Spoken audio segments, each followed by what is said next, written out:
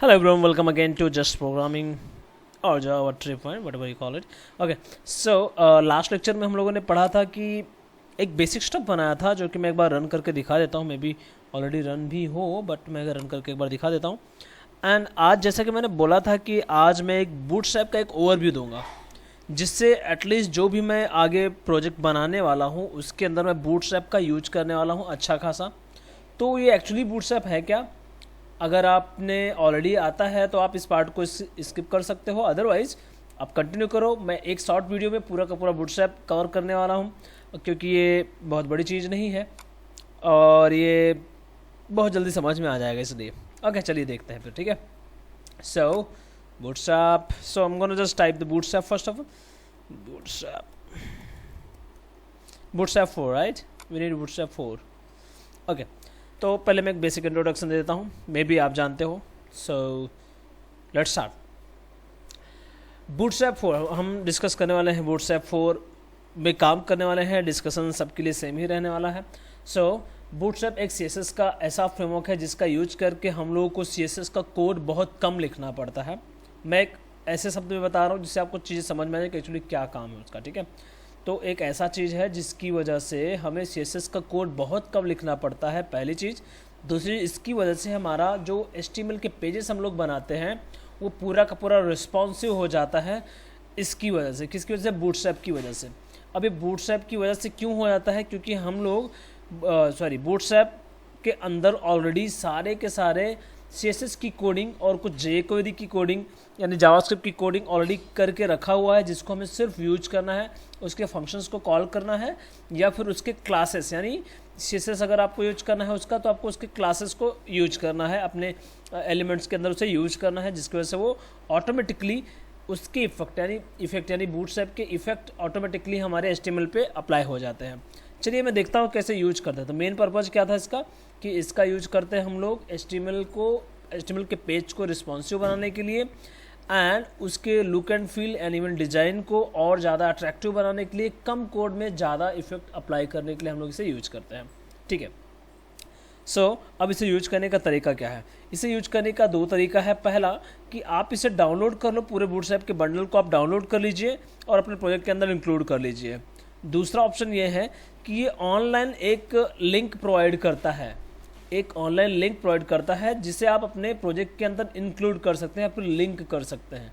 मतलब हो सकता है कि इसकी जो फाइल्स हैं जिसके अंदर CSS किया गया है वो आपके कंप्यूटर में हो, तो वो ऑफलाइन आप डाउनलोड के कर सकते हो, या फिर कहीं सर्वर पे पड़ा है, आप सिर्फ उसका लिंक पास कर दो तो भी आपके पेज पे अप्लाई हो जाएगा. दोनों ऑप्शन है.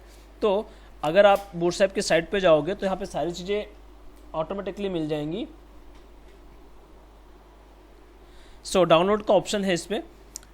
सिंपली इस पर क्लिक करो और डाउनलोड कर सकते हो. मल्टीपल वेज हैं आपको डाउनलोड करने के लिए. ये रहा आपका CSS फाइल कंप्रेशन, आप ये यूज कर सकते हो, सोर्स फाइल पूरा जो भी चाहिए आपको, मल्टीपल ऑप्शन है. तो ये पहला तो हो गया कि हम लोग डाउनलोड कर सकते हैं. दूसरा ऑप्शन क्या है? यहाँ पे देखो बूटस्ट्रैप CDN लिखा हुआ है. बूटस्ट्रैप का जो कॉमन CDN है, मतलब जिसकी वजह से स्टाइलिंग अप्लाई होता है पेज के ऊपर, वो होता है लिंक, यानी ये वाला बूटस्ट्रैप min.css. तो हम लोग बूटस्ट्रैप 4 यूज कर रहे हैं, तो automatically bootstrap 4.4.1 and CSS bootstrap min.css की वजह से, इस फाइल की वजह से, इस लिंक की वजह से ऑटोमेटिकली जो भी इस फाइल के अंदर कोड किया हुआ है वो हमारे HTML पेज के ऊपर अप्लाई होता है. एंड अगर कोई भी ऐसे इवेंट हम लोग पेज पे कर, जैसे क्लिक इवेंट हुआ एंड कंपाइलेशन नहीं, वैलिडेशन हुआ, फॉर्म वैलिडेशन हुआ, और पॉपअप बॉक्स हुआ, और कराउजल हुआ, ऐसे बहुत सारी चीज़ें हैं जिसके ऊपर हम लोग इवेंट परफॉर्म करते हैं. जैसे क्लिक इवेंट हो गया, ड्रॉप डाउन इवेंट हो गया, हाइड हो गया, शो हो गया, ऐसे नहीं, ये सारे फंक्शनलिटीज़ हैं. इवेंट हुआ, क्लिक, टाइप, इस तरह के इवेंट्स होते हैं. ठीक है. विंडोज इवेंट भी होते हैं, बहुत सारे इवेंट्स होते हैं. बट वो जावास्क्रिप्ट का जो पार्ट होता है, जो जावास्क्रिप्ट के अंदर चीज़ें की गई, जावास्क्रिप्ट का यूज जो बूटस्ट्रैप वालों ने अपने लाइब्रेरीज में किया हुआ है, उस चीज़ों को यूज करने के लिए आपको बूटस्ट्रैप का JS लिंक भी डालना पड़ेगा. स्क्रिप्ट जिसे हम बोलते हैं बूटस्ट्रैप min.js, मतलब जितने भी स्क्रिप्टिंग चीज़ें हैं बूटस्ट्रैप की, वो सब इस फाइल के अंदर स्टोर्ड हैं. तो ये दोनों फाइल अगर आप इंक्लूड करते हो तो ऑटोमेटिकली वो सारी चीज़ें आप यूज कर पाओगे जो कि बूटस्ट्रैप के अंदर अवेलेबल है. ठीक है. तो अगर आप सेपरेट बूटस्ट्रैप की बहुत सारी चीज़ें भी है जो आप अगर यूज करना चाहते हो, सेपरेट लिंक्स भी मिल जाते हैं, बट अभी के लिए हमें वो ज़रूरत नहीं है, हमारा मेन टारगेट प्रोजेक्ट है। तो मैं सिर्फ एक बता रहा था, इस वजह से मैंने अपने प्रोजेक्ट के अंदर common.cdn के अंदर अगर आप जाओगे तो यहाँ पे देखोगे तो मैंने बूटस्ट्रैप के सारी चीज़ें ऑलरेडी इंक्लूड करके रखा है। मैंने CDN के थ्रू जा रहा हूँ, मैं डाउनलोड करके नहीं जा रहा हूँ। डाउनलोड करने का एक बेनिफिट ये है कि यानी इंटरनेट कनेक्शन रहे या फिर ना रहे तो भी वो वर्क करता है। और हमारा CDN का बेनिफिट ये है कि आप जब प्रोडक्शन यानी जब आप इसे लॉन्च करते हो प्रोजेक्ट, तो आपको CDN यूज करना ज़्यादा रिकमेंडेड है। आपको अपने प्रोजेक्ट का बर्डन नहीं बढ़ाना है और आपको ऑफलाइन रखने की ज़रूरत नहीं है, आप डायरेक्टली CDN पास करके यूज कर सकते हो HTML के अंदर। तो हमने ऑलरेडी यहाँ पे देखिए jQuery.min.js। अब हम ये क्यों jQuery.min.js की आपको ज़रूरत इसलिए पड़ेगी क्योंकि जो bootstrap.min.js है वो इंटरनली jQuery.min.js के यूज करता है। तो आपको ये डिपेंडेंसी यानी ये आपको पास करना ही पड़ेगा। अगर आप ये थर्ड वाला ये मतलब ये वाला जो मैं सिलेक्ट किया हूँ ये वाला, अगर आप, मैं थोड़ा सा जूम कर देता हूँ, ओके। एक बार फिर से मैं बताता हूँ jQuery.min.js क्या है, कि एक और दे रहा हूँ खाली मैं, कि अगर हम लोग अपने पेज के अंदर बहुत सारे इवेंट्स कर रहे हैं, जैसे कि मैंने बताया क्लिक इवेंट हो गया, टाइप इवेंट हो गया, होवर इवेंट हो गया, ऐसे बहुत सारे इवेंट कर रहे हैं या फिर जावास्क्रिप्ट रिलेटेड कोई भी ऑपरेशन कर रहे हैं, तो हम उसे jQuery के थ्रू भी सॉल्व कर सकते हैं। और इसी jQuery का यूज करके bootstrap min.js बना हुआ है, तो इसलिए bootstrap min.js को jQuery का CDN की जरूरत पड़ेगी। जैसा bootstrap प्रोवाइड करता है CDN, वैसे jQuery भी प्रोवाइड करता है CDN। तो मैंने jQuery का CDN डाल दिया जिसका यूज होने वाला है यहाँ पे भी। और इवन हम अपने खुद के जावास्क्रिप्ट के कोड या फिर jQuery के कोड जब लिखने वाले हैं अपने पेज के अंदर, तो भी इसकी ज़रूरत पड़ती ही थी। जैसे हम लोग वैलिडेशन करते हैं, फॉर्म वैलिडेशन, तो मुझे इसकी ज़रूरत पड़ने ही वाली थी। ओके, jQuery क्या है? jQuery कुछ और नहीं है, एक लाइब्रेरी है हमारा जावास्क्रिप्ट का। लाइब्रेरी इन द सेंस मैं और थोड़ा डिटेल बताता हूँ, ये कि जितने भी फंक्शनलिटीज आप जावास्क्रिप्ट के अंदर करते हो, most of the functionality, not जितने भी, क्योंकि जावास्क्रिप्ट बहुत वास्ट है और उसके अंदर बहुत सारी चीज़ें हैं, तो मोस्ट ऑफ द फंक्शनलिटी जो भी आप जावास्क्रिप्ट के अंदर करने वाले हो, जो आप 10 लाइन के कोड में करने वाले होते हो, ये उसे 2 लाइन, 3 लाइन या 4 लाइन के अंदर काम कर सकता है। मतलब कि जावास्क्रिप्ट का यूज करके इसने बहुत सारे फंक्शंस बना के ऑलरेडी रख दिए हैं, जिससे आपको सिर्फ कॉल करना है, जगह जगह पर जरूरत पड़ने पर उसे आप कॉल करना है, तो ऑटोमेटिकली वो आपका काम हो जाएगा 2 लाइन, 3 लाइन में। जैसे क्लिक करने के लिए आप सिर्फ इवेंट जो जनरेट करते हो उसके लिए आप सेपरेट फंक्शन बनाओगे, उसके अंदर ऑपरेशन करवाओगे, वहाँ पे क्लिक नाम, jQuery के अंदर सिर्फ क्लिक नाम का फंक्शन है जिसे आप यूज करके बहुत सारे ऑपरेशन कर सकते हो। ऐसे बहुत सारे चीज़ें हैं जो जावास्क्रिप्ट में ज़्यादा कोड यूज करना पड़ता है, जावास्क्रिप्ट ज़्यादा कॉम्प्लेक्स है। इवन jQuery बहुत ईजी है क्योंकि वो सारे फंक्शंस के बेस पे काम करते हैं, और जावास्क्रिप्ट की सारी चीज़ें आप jQuery के अंदर यूज कर सकते हो, उसमें कोई प्रॉब्लम नहीं है। एंड ऑब्वियसली वेरिएबल्स वगैरह जो बनाना है आप jQuery के थ्रू ही यूज करने वाले हो, तो आप दोनों का मिक्सअप करके यूज कर सकते हो, और यूज करना भी पड़ेगा, सिचुएशन ऐसा आता है। So I hope you are clear now. So again bootstrap.min.css हमारा स्टाइलिंग के लिए यूज होगा। min.js जो है हमारा वो जावास्क्रिप्ट के इवेंट्स के लिए यूज होने वाला है, एलिमेंट्स के इवेंट्स के लिए। और jQuery.min.js हमारा jQuery का CDN है। ये सारे CDNs का यूज करके हम लोग अपने पेजेस को क्रिएट करने वाला है। ये ऑप्शन है, अभी आप इसे निकाल भी दोगे तो भी चलेगा, कोई इशू नहीं है, ना ही मुझे उसकी ज़रूरत है। ऑब्वियसली हमें उस चीज़ की डिस्कस करने की कभी ज़रूरत नहीं है क्योंकि मेन टारगेट बूटस्ट्रैप नहीं है, और आई होप आप इतना क्लियर हो। चलो अभी बूटस्ट्रैप का एक थोड़ा सा और गो थ्रू करते हैं। बूटस्ट्रैप के अंदर जब मैं कोई कोड लिखता हूँ, जब मैं कुछ भी काम करता हूँ, तो किस तरह से वो चीज़ें वर्क करती हैं, अप्लाई कैसे होती हैं आपके पेजेस पे, वो समझते हैं। ठीक है, लेट्स सपोज मेरे पास एक यहाँ पे हेडर नाम का, लेट्स से फूटर नाम का एक मेरे पास यहाँ पे पेज पड़ा हुआ है, JSP पेज। ठीक है, इसके अंदर कुछ बंच ऑफ लाइंस हैं, कोड्स हैं, कुछ कोड लिखा हुआ है, कुछ एलिमेंट्स हैं यहाँ पे। सो एज HTML अगर आपको आता होगा तो आपको पता है इसे क्या बोलते हैं। सो एक एलिमेंट जो कि ड्यू है यहाँ पे, उसके अंदर हम लोग क्लासेस और ID प्रोवाइड कर सकते हैं उसे यूनिकली आइडेंटिफाई करने के लिए कि ये एलिमेंट को हम लोग अपने CSS के अंदर यूज करने के लिए। अगर आपको CSS आता है तभी ये बूटस्ट्रैप काम का है, CSS और HTML अगर आपको आता है तो। क्योंकि ये बेसिक कंसेप्ट है जो आपको आना ही चाहिए। ठीक है, container-fluid ये क्लास है। अगर मैं इसे प्रोजेक्ट बनाता तो भी मैं अपने प्रोजेक्ट के अंदर इसे यूज कर सकता था और खुद से CSS कर सकता था इसके ऊपर, लेकिन ये जो बूटस्ट्रैप है उसने ऑलरेडी container-fluid के लिए कोडिंग करके रखा हुआ है। जैसे अगर मैं इसे index.html के अंदर कुछ उसको मुझे स्टाइलिंग करना है, तो मैं क्या करूँगा, यहाँ पे जाऊँगा CSS के पेज में, जो कि मैंने यहाँ पे लिंक किया हुआ है। देखिए min.common.css मैंने यहाँ पे common.css मैंने यहाँ पे लिंक किया हुआ है। मैं उस पर क्लिक करके जाता हूँ। यहाँ पे देखो मैंने फूटर के लिए एक आईडी के थ्रू मैंने यहाँ पे स्टाइलिंग किया हुआ है। अगर मैं चाहता तो उसे मैं डॉट के थ्रू भी, मतलब हमारे डॉट कंटेनर यानी हमारे क्लास के थ्रू भी कर सकता था, ऐसे डॉट कंटेनर हाइफन फ्लूइड, तो मैं यहाँ पे भी ये सारे काम कर सकता था। लेकिन प्रॉब्लम ये होता कि जितने भी क्लासेस जहाँ जहाँ कंटेनर हाइफन फ्लूइड यूज हुआ होता, उन सबको ये सारी चीज़ें अप्लाई हो जाती। ऑब्वियसली अगर फूटर नाम का आईडी जहाँ जहाँ यूज हुआ होगा उन सबको ये अप्लाई हो जाएगी। जैसे कि अभी हमारे फूटर डॉट के अंदर देखो मैंने एक आईडी यूज किया है, अगर मैंने ये आईडी इसको भी अप्लाई करता जैसे इस ड्यू को, तो ऑब्वियसली उसको भी सेम प्रॉपर्टीज़ यानी हमारा CSS अप्लाई हो जाता। अगर ऐसा होता तो ये देखिए, तो ऑब्वियसली ये फूटर को भी ये CSS अप्लाई होने वाला है। ठीक है, आपको ये पेज की हायरार्की जो है common.css कॉमन नाम के फोल्डर के अंदर रखा हुआ है, तो आप पहले वाला वीडियो देखोगे तो समझ में आ जाएगा। So leave it. Container hyphen fluid के अंदर भी मैं कर सकता था, लेकिन बात यह है कि कंटेनर हाइफन फ्लूइड के लिए ऑलरेडी बूटस्ट्रैप ने CSS करके रखा हुआ है। जैसे मैंने फूटर के लिए CSS किया है, वैसे ही कंटेनर हाइफन फ्लूइड के लिए ऑलरेडी CSS करके रखा हुआ है। ये फूटर को मैं जहाँ जहाँ डालूंगा ऑटोमेटिकली, जैसे मैंने यहाँ पे डालूंगा तो यही वाला CSS उसको भी अप्लाई हो जाएगा, यानी यहाँ पे भी अप्लाई हो जाएगा। सेम चीज़ कंटेनर हाइफन फ्लूइड में जहाँ जहाँ डालूंगा तो बूटस्ट्रैप ने जो इसके लिए CSS यूज किया है वो सब इस HTML एलिमेंट्स के ऊपर अप्लाई हो जाएंगे। ओके, सो कुछ इस तरह से काम करता है।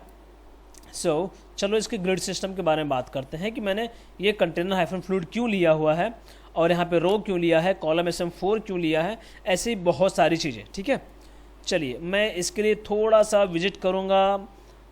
इसके खुद के पेज पे भी जा सकते हैं जहाँ पे आपको ट्यूटोरियल मिल जाएगा। डॉक्यूमेंटेशन के अंदर बहुत सारी चीज़ें आपको यहाँ से मिल जाएंगी। क्विक स्टार्ट कैसे काम करना है, जो कि यहाँ से देखो स्टार्ट टेम्पलेट, मतलब बने बनाए चीज़ को यूज करो और उससे सीखना शुरू करो, वो बताता है। लेकिन मैं यहाँ के इसके थ्रू नहीं जाना है मुझे, क्योंकि इसमें चीज़ें मुझे सर्च करनी पड़ सकती है। मैं W3 स्कूल का यूज करने वाला हूँ इसके लिए, तो आपको फटाफट एक बार क्लियर हो जाएगा और आपको वहाँ से चीज़ों कोड को उठा के पेस्ट करने बहुत ईजी हो जाएगा। ठीक है, so let's go there again, bootstrap 4 W3 school, here we go. So यहाँ पर लिस्ट ऑफ जितने भी एलिमेंट्स यहाँ आपको टॉपिक्स दिए वो सब अगर आप कवर कर लेते हो तो ऑटोमेटिकली आपको सारी चीज़ समझ में आ जाएंगी। मुझे कुछ भी समझाने की जरूरत नहीं पड़ेगी, इतना इनफ होगा आपको वेबसाइट बनाने के लिए। ठीक है, सो होम गेट स्टार्टेड उन सब चीज़ों में वही मिलने वाला है। Container and container hyphen fluid, उन दोनों में वो सेम चीज़ें ही मिलने वाली हैं। अब चलिए देख लेते हैं। मैं जब प्रोजेक्ट बनाता रहूँगा तो उसके अंदर भी मैं बताता रहूँगा कौन सी चीज़ किस पर्पज़ के लिए यूज किया जाता है, बट मैं टॉपिक वाइज सब ओवरव्यू यहाँ पे बता देता हूँ। ठीक है, ये जो कंटेनर्स है ये बता रहा है कि हम जो भी पेज बनाते हैं सबसे पहले उसे मैं एक कंटेनर के अंदर रखता हूँ। तो कंटेनर दो टाइप का हो सकता है। एक कंटेनर सिर्फ हो सकता है जो कि लेफ़्ट साइड और राइट साइड से थोड़ा सा स्पेस छोड़ेगा। एक कंटेनर फ्लूइड हो सकता है जो कि स्पेस नहीं छोड़ेगा। जैसे अभी यहाँ पे मैंने कंटेनर हाइफन फ्लूइड पास किया हो, मैं इसे निकाल देता हूँ और हमारे पेज को जाके फिर से एक बार रिफ्रेश कर लेते हैं हमारे बिट्स। अभी देखिए कंटेनर हाइफन फ्लूइड था तो ये हमारा लेफ़्ट साइड से और राइट साइड से पूरा टच हो रहा है। और अगर मैं इसे रिफ्रेश करता हूँ क्योंकि मैंने उसे कंटेनर कर दिया हुआ है, तो ये लेफ़्ट साइड से थोड़ा स्पेस और राइट साइड से थोड़ा स्पेस छोड़ देगा मार्जिन के through. So let's check it out. Yes, कुछ इस तरह से। तो कंटेनर एंड कंटेनर फ्लूइड में ये डिफरेंस। अगर आप कंटेनर यूज करते हो तो लेफ्ट और राइट साइड से थोड़ा स्पेस छोड़ देगा, कंटेंट को आपको बीच में रख देगा। जबकि कंटेनर फ्लूइड करते हो तो ऑटोमेटिकली फुल विड्थ का लेने वाला, जिस भी पेज के अंदर रहने वाला है उसका पूरा विड्थ लेने वाला है। क्लियर? तो मुझे पूरे विड्थ का चाहिए तो मैं इसे कंट्रोल जेड कर देता हूँ। I hope you are clear. Now let's go. It's time to go ahead and here we go. Okay, let's go to jump to grid basics. Grid का सिस्टम देखिए, जब हम लोग पेज बनाते हैं, जैसे कि मैंने अभी ये पेज है मेरा, एक छोटा पेज है। अभी इस पेज के अंदर आप देखोगे तो दो पार्ट है, एक हमारा पार्ट ऊपर है टॉप में और एक नीचे है। बीच वाला स्पेस जो दिया है मैंने मार्जिन के थ्रू उसको स्पेस से दिया हुआ है। जो कोई भी पेज होता है वो मल्टीपल सेक्शंस में डिवाइड होता है। अभी इस पार्ट को अगर आप ध्यान दोगे, एक लेफ्ट साइड बार है, बीच में सेंटर है, फिर राइट साइड बार है, ठीक है। ये जो सेक्शंस डिवाइडेड हैं ये इस तरह से डिवाइडेड होना चाहिए कि अगर पेज छोटा हो या फिर बड़ा हो, लाइक अगर मैं इस पेज को छोटा करता हूँ कुछ इस तरह से और या फिर फुल विड्थ में रखता हूँ, तो इसके अंदर का जो कंटेंट है वो रीडेबल होने चाहिए और ज़्यादा मुझे स्क्रॉल ना करना पड़े। कंटेंट वन टाइम में, मतलब एक ही बार में प्रॉपर दिख जाए, जो यूजर को दिखना चाहिए प्रॉपर एक बार में दिख जाए। जैसे मैंने जैसे ही छोटा किया, राइट साइड का कंटेंट देखिए आप ऑटोमेटिकली हाइड हो गया। हाइड हो गया मतलब ये नहीं कि वो अब है ही नहीं, इसका मतलब ये हो सकता है कि वो नीचे चला गया रहेगा, वो इंपॉर्टेंस के हिसाब जैसे उसने सेट किया होगा वह या तो वो नीचे गया रहेगा या फिर वो कहीं पे भी मेन्यू जैसे अभी ये मेन्यू है इस तरह से दिख सकता है। अभी मैं इसे और छोटा करता हूँ, लेट्स से इतना छोटा कर दिया। देखिए जो लेफ्ट साइड का मेन्यू बार था हमारा, साइड बार जो था हमारा, वो ऑटोमेटिकली यहाँ पे आ गया, वो सारी चीज़ें यहाँ पे आ गई ऑटोमेटिकली। तो ये जो सिस्टम है ये सारी चीज़ें बनी बनाई है, हम क्या करें बस उसे यूज करना है। इसके बेनिफिट्स बहुत सारे हैं, तो बेनिफिट्स पे मैं डिस्कस नहीं करने वाला हूँ क्योंकि एक सिंपल, चलो फिर भी मैं एक बार बता देता हूँ, बेसिक बेनिफिट्स बता देता हूँ मैं। जैसा कि मैंने पहले बताया, डिजाइनिंग हो गया और रिस्पॉन्सिवनेस, उसके अलावा नया बार हो गया, आपके पास फुटर हो गया, ड्रॉप डाउन्स हो गए, क्लिक के बेस पे जो हमारा पॉपअप बॉक्स आता है, कभी आप पेज पे देखोगे, जैसे अभी मैं बिट्स इन्फोटेक पे क्लिक करता हूँ .com पे, जैसे मैं इस पर क्लिक करूँगा तो मुझे एक पॉपअप बॉक्स आएगा जब मैं इस पर क्लिक करता हूँ, लाइक दिस, ये पॉपअप बॉक्स आना। ऐसे बहुत सारी चीज़ें हैं जो कि बूटस्ट्रैप के अंदर बने बनाए हैं। जैसे अभी कराउजल, यानी अगर मैं स्लाइडर्स यहाँ पर डालता तो स्लाइडर्स भी बने बनाए मिल जाएंगे आपको। इसके ऊपर होवर करने पे कोई पॉपअप बॉक्स छोटा सा दिखाना है यहाँ पे माउस ओवर पे, तो वो सारी चीज़ें बनी बनाए आपको मिल जाएंगी। तो वो जो बेनिफिट्स है उसके बहुत सारे बेनिफिट्स हैं, तो वो हम एक एक करके देखने वाले हैं। Okay, leave it, go ahead. So again we gonna talk about grid system. तो हम अपने पेज को इस तरह से स्ट्रक्चर बनाएं कि अगर वो छोटा हो तो भी वो विजिबल हो, बड़ा हो तो भी विजिबल हो। तो बूटस्ट्रैप डेवलपर्स ने इसे 12 कॉलम्स में डिवाइड कर दिया, एक पेज को या फिर एक बॉक्स को। एक बॉक्स बोलता हूँ मैं, एक पेज नहीं बोलता। किसी भी एक बॉक्स को 12 कॉलम्स में आप मैक्सिमम डिवाइड कर सकते हो। जैसे अभी यहाँ पे देखो, बूटस्ट्रैप 4 ग्रिड सिस्टम के अंदर आप देखोगे स्पैन 1, स्पैन 2, ऐसे ही करके आपको टोटल 12 कॉलम्स दिख रहे हैं। लेकिन आप बोलोगे मुझे 12 कॉलम्स तो नहीं चाहिए। इवन आप W3 स्कूल के अंदर देखोगे तो एक लेफ्ट साइड बार है, एक बीच में कंटेंट है, एक राइट साइड में साइड बार है, राइट साइड बार है, तो टोटल 3 ही कॉलम हुआ। तो मुझे इतने सारे क्यों चाहिए, राइट? तो आप चाहो तो 2-3 कॉलम्स को एक साथ मर्ज करके उसे एक बना सकते हो। जैसे आप 12 के 12 को एक साथ मर्ज करके सिर्फ एक ही बना सकते हो। तो ये डिपेंड करता है कि आप कितने कॉलम्स डिवाइड करते हो। मैं अपने ही प्रोजेक्ट में एग्जांपल लेता हूँ। index.html फूटर के अंदर जाते हैं। अभी जैसे मैंने बोला मुझे यहाँ पे 3 कॉलम चाहिए था। अब इतना तो याद रखो, रो आप अनलिमिटेड, मतलब ये कि आप जैसे किसी भी टेबल हो या फिर आपके पास बुक हो, जैसे नोटबुक जो होता है उसके अंदर आप रोज देखोगे तो एक के बाद देखोगे तो एक के बाद मल्टीपल रोज हो सकते हैं। जितना बड़ा बुक उतना रोज हो सकते हैं। रोज की कोई लिमिटेशन नहीं होती, तो आप लिमिटेड रोज जितना चाहे उतना बना सकते हो। बट आपको ध्यान देना है कि एक रो एक कंटेनर के अंदर रखा जाए तो ज़्यादा बेटर होता है। आप बाहर भी रख सकते हो, लेकिन ये बेटर है कि आप किसी कंटेनर के अंदर रखो। जैसे कि मैंने अभी यहाँ पे कंटेनर फ्लूइड के अंदर एक रो लिया है, मतलब ये एक रो बनाएगा। रो का मतलब क्या हुआ, एक सिंगल बॉक्स जो कि स्टार्ट पोजीशन से लेके एंड पोजीशन तक रहने वाला है। जिस भी वो बॉक्स में रहने वाला है, जरूरी नहीं है कि वो पेज का ले, यानी ये जरूरी नहीं है कि हमारा जो कि एग्जांपल ये है कि यहाँ से रो काउंट हो। अगर वो सिर्फ इतने ही पार्ट में है, एक छोटे पार्ट में है, तो छोटे पार्ट में भी वो रो काउंट होगा। ठीक है, एक बार फिर से चलते हैं अपने सेम पेज पे। सो मल्टीपल रोज के अंदर हर एक रो के अंदर 12 कॉलम्स हो सकते हैं, लेकिन ये कंपल्सरी नहीं कि आपके पास 12 होना चाहिए। कंपल्सरी है लेकिन इनडायरेक्ट वे में 12 कॉलम्स होने जरूरी है, कंपल्सरी है, होना ही चाहिए। लेकिन आप ऐसा कर सकते हो कि आप 12 कॉलम्स को 4 में डिवाइड कर दो, मतलब 4 कॉलम्स को एक साथ मर्ज कर दो, फिर 4 कॉलम्स को एक साथ मर्ज कर दो, फिर 4 कॉलम को एक साथ मर्ज कर दो। तो क्या हो गया 4 इंटू 4 इंटू 4 मतलब 12 अगेन। तो अब 12 कॉलम्स ही बनते हैं डायरेक्टली। जैसे ये 12 कॉलम्स को नीचे वाले रो के अंदर देखोगे तो पहला 4 कॉलम्स, दूसरा 4 कॉलम्स, फिर 4 कॉलम्स में डिवाइड कर दिया। सेम नीचे वाला अगर आप देखोगे तो एक 4 कॉलम्स में रखा है, एक 8 कॉलम्स में रखा है, फिर 6 में डिवाइड कर दिया, फिर एक फुल कॉलम्स लिया हुआ है। तो ये डिपेंड करता है कि आपका रिक्वायरमेंट कैसा है, आपको कितने कॉलम्स चाहिए। इसका बेनिफिट ये है कि जैसे ही ये रिस्पॉन्सिव होएगा ये कॉलम्स ऑटोमेटिकली एक के नीचे एक आ जाएंगे। जैसे एग्जांपल दिखाता हूँ मैं अभी, एक एग्जांपल मैं अगेन बिट्स इन्फोटेक पे ही जाता हूँ, बिट्स इन्फोटेक, और अभी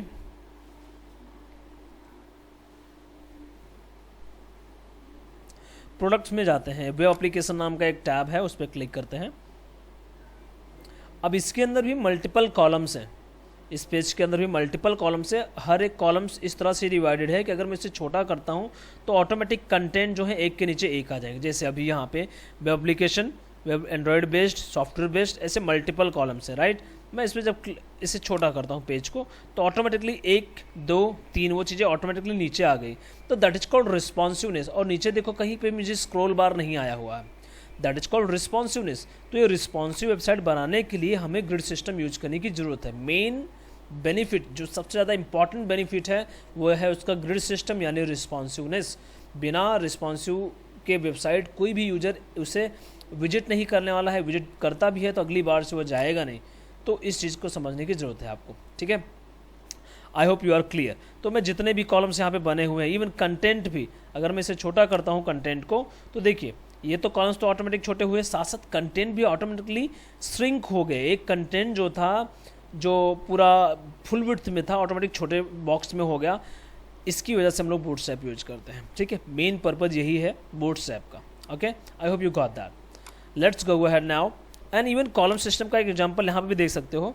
ये इस रो को, इस फुटर वाले रो को, फुटर वाले कंटेनर के अंदर जो रो बनाया हुआ है उसे 4 कॉलम्स में डिवाइड किया है। पहला बिट्स इन्फोटेक, दूसरा यूजफुल लिंक, तीसरा contact us and Bits Infotech newsletter करके टोटल 4 लिंक्स बनाए हुए हैं।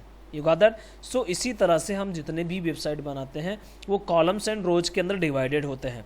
इससे हमें कोड कुछ लाइंस ज़्यादा हो सकते हैं, नो डाउट हो सकता है आप इसे फ्लोट के थ्रू या फिर किसी और तरीके से और कम कोड में कर सकते थे, लेकिन इस तरीके से यूज करने से गारंटीड है कि रिस्पॉन्सिव रहेगा, यूजर फ्रेंडली रहेगा, ठीक है। चलो इस पर मैं और टाइम वेस्ट नहीं करता, आगे बढ़ते हैं। आई होप आप ग्रिड सिस्टम समझ गए, यही मेन चीज़ है। आप अगर ये समझ गए हो तो मुझे और कुछ समझाने की जरूरत नहीं इसके अंदर। बाकी जितनी भी चीज़ें हैं इसके अंदर वो सब क्लास हैं जो आपको अपने एलिमेंट्स के अंदर डालना है और उसका इफेक्ट अप्लाई होगा। क्लास है, एलिमेंट्स के ऊपर डालना है, इफेक्ट अप्लाई होगा। और ये जो कॉलम्स बनाए हुए हैं ये कॉलम्स कैसे बन जाते हैं उसके लिए उसने क्लास प्रोवाइड किया है। इसके लिए डेवलपर्स ने क्लासेस बना के दे दिए हैं आपको। जैसे कॉल मतलब कॉलम, ऐसे मतलब स्मॉल साइज का, आप इसके आगे नंबर पास कर दो। 4 का बनाना चाहते हो या 3 का या 2 का। जैसे मैंने अपने प्रोजेक्ट के अंदर यहाँ पे देखिए मैंने कॉल FM4 लिखा है, मतलब एक कॉलम हमारा 4 का होना चाहिए, दूसरा कॉलम भी 4 का होना चाहिए, तीसरा कॉलम भी 4 का होना चाहिए। यूँ तो मैंने इसके ऊपर स्टाइलिंग नहीं अप्लाई किया तो आपको बॉक्सेस नहीं दिख रहे थे, लेकिन मैं common.css के अंदर जाके इसके ऊपर थोड़ा सा रीस्टाइल करता हूँ तो आपको समझ में आ जाएगा। So here we go, control V, इसके अंदर मैं थोड़ा स्टाइलिंग करता हूँ। Border thin solid red,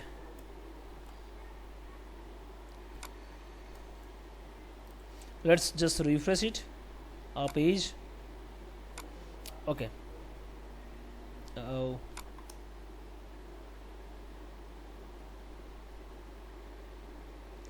Here we go, just अब मैंने सिर्फ कंट्रोल F5 किया हुआ है। समटाइम्स सर्वर बंद होने की वजह से होता होगा, ऐसा मुझे लगता है। यस ओके, अभी यहाँ पे देखोगे तो यहाँ पे 3 बॉक्स बन गए, मतलब 4 का एक बॉक्स, फिर दूसरा एक बॉक्स, फिर तीसरा बॉक्स। ये डिवाइड हो गया। वो डिवाइड ऑलरेडी था, मैंने बस बॉर्डर नहीं डाला था, दिख नहीं रहा था। सो आप इस चीज़ को इस तरह से अप्लाई कर सकते हो। अगर आप चाहो तो इस कॉलम्स को आप यहाँ पे अगर इसे 6 कर देते हो तो आप ध्यान दो कि टोटल 12 ही होने चाहिए। तो 6 4 10, लास्ट वाला आप 2 का कर दो तो होगा कितना 12, 6 4 10 2 12। सो कुछ इस तरह से, let's refresh it again and यहाँ पे ऑटोमेटिकली साइज उसी हिसाब से चेंज हो जाएंगे। देखो लास्ट वाला जो रहेगा हमारा ऑटोमेटिकली चेंज हो जाएगा। लेट्स सी, कुछ तो गड़बड़ है। कॉल SM6, अच्छा हाँ, हमने जो CSS किया हुआ है ये सबको अलग अलग किया हुआ है, राइट। तो मुझे सबको CSS सेम देना पड़ेगा। एक 4 के लिए किया मैंने, एक 6 के लिए किया मैंने, और एक 2 के लिए किया, तो आपको प्रॉपर दिखाई देगा। Control save, just refresh it, here we go. 2 वाला छोटा है, 4 वाला उससे थोड़ा बड़ा है, 6 वाला सबसे ज़्यादा बड़ा है। तो आप चीज़ों को इस तरह से ऑर्गेनाइज कर सकते हो। इवन जब आप इसे रिस्पॉन्सिव करोगे तो आप देखोगे सब एक कॉलम्स के नीचे दूसरा कॉलम, दूसरे कॉलम्स के अंदर तीसरा, क्योंकि कंटेंट नहीं इसलिए सिर्फ बॉर्डर्स आपको दिख रहे हैं। मैं छोटा छोटा कंटेंट डाल देता हूँ सो दैट आपको एटलीस्ट ये थोड़ा और क्लियर हो जाए। Here we go, I am just typing something, useless sentence, useless words, refresh it, here we go and we have expected output.